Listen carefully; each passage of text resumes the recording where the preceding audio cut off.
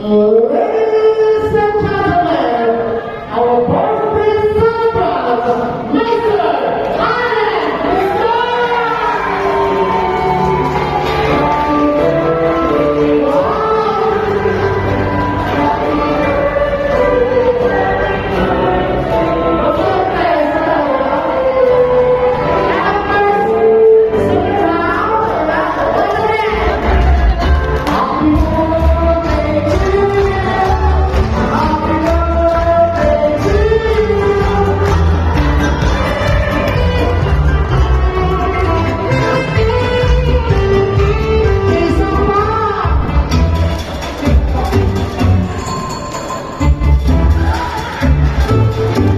Kaway, kaway.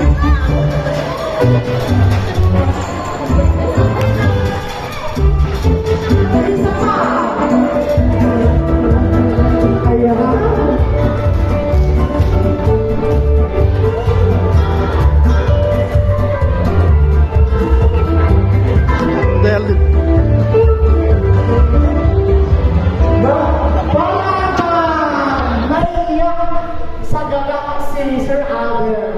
Sir Alden, hindi niyo ba alam ito at sinurpresa kayo ng inyong pamilya?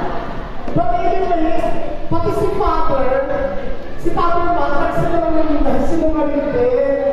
Kasi gusto nila na masaya itong celebration ng Pilipinas. Kung ang makanta natin sila.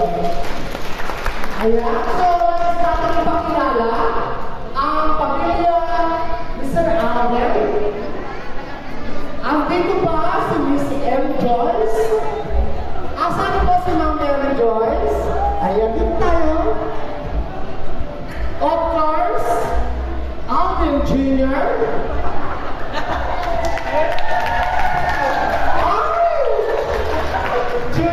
Junior din po ako.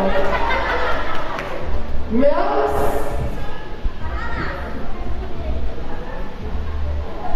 May ating singer din.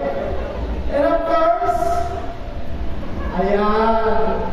So, palakpakan po natin ang ito po ang pinaka-importante sa buhay ng isang tao, 50 turns of 50. So, ladies and gentlemen, bago tayo mag-umpisa, tumayo po tayong lahat para sa ating opening prayer, Father Mac Molina.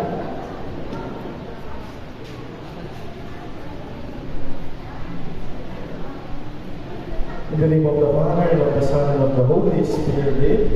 Amen. Each year, as we celebrate another birthday, we recall the gift of life which we have received from God. Today, we give thanks for our parents and on all those who have loved, nourished, and taught us of God's love. Let us pray. Paki-extend po ang inyong kanang kamay kay Kuya Alden at sa family. Loving God, God of all creation, we offer you grateful praise for the gift of life. Hear the prayers of Alden Sr., your servant, who recalls today the day of his birth, and rejoices in your gifts of life and love, family, and friends. Bless him with your presence, surround him with your love, that he may enjoy many happy years, all of them pleasing to you. We bless your name, O Lord, for sending your own incarnate Son to become part of a family, so that as we live this life, we will experience its worries and its joys. We ask you, Lord, to protect and watch over this family, so that in the strength of your grace, its members may enjoy prosperity, possess the priceless gift of your peace, and as the church alive in the home, bear witness to you in this world. We ask this through Christ our Lord. Amen.